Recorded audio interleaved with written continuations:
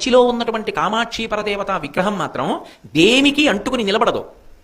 దానికి కింద దేని ఆధారపీఠం లేదు. అమ్మవారు ఇలా ఉంటుంది, కింద ఏం ఉండదు, దేనికి తగలదావిడ, గాలిలో ఉంటుంది మూర్తి. మీరు అర్చకులు కొంచెం గట్టిగా తోస్తే కాస్త కదులుతుంది. కనపడకుండా ఒక అడ్డుపీఠం ఉంటుంది. అది ఒకప్పుడు ఏమైందంటే ఆలయానికి కుంభాభిషేకం చేస్తున్నప్పుడు ఇప్పుడు ఉన్న కంచికామకోటి పీఠాధిపతులు జయేంద్ర సరస్వతి మహాస్వామి వారు ఆ పలక తీసి చూడండి అన్నారు. ఏమి లేదు, అమ్మవారు ఆధారం లేకుండా ఉంది, ఇలా గాలిలో తేలుతోంది విగ్రహం. ఆయన చూసి ఆశ్చర్యపోయి కొద్దిగా పైకెత్తండి అన్నారు. నాలుగు వైపులా పట్టుకుని కొంచెం ఇలా అన్నారు. ఒక్క అరంగుళం పైకి లేచింది అంతే. ఇలా లేచింది అంతే, కుంభవృష్టి కురిసేయడం మొదలెట్టింది కాంచీపురం అంతా.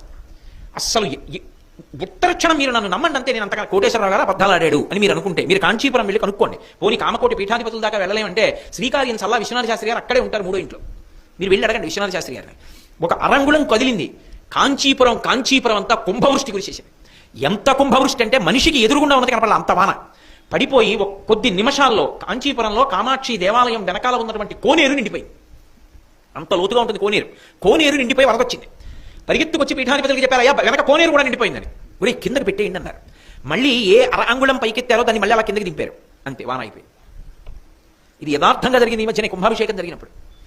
కామాక్షి పరదేవత ఏ పీఠం మీద కూర్చుని ఉండదు ఆ తల్లి, అలా లేచుంటుంది.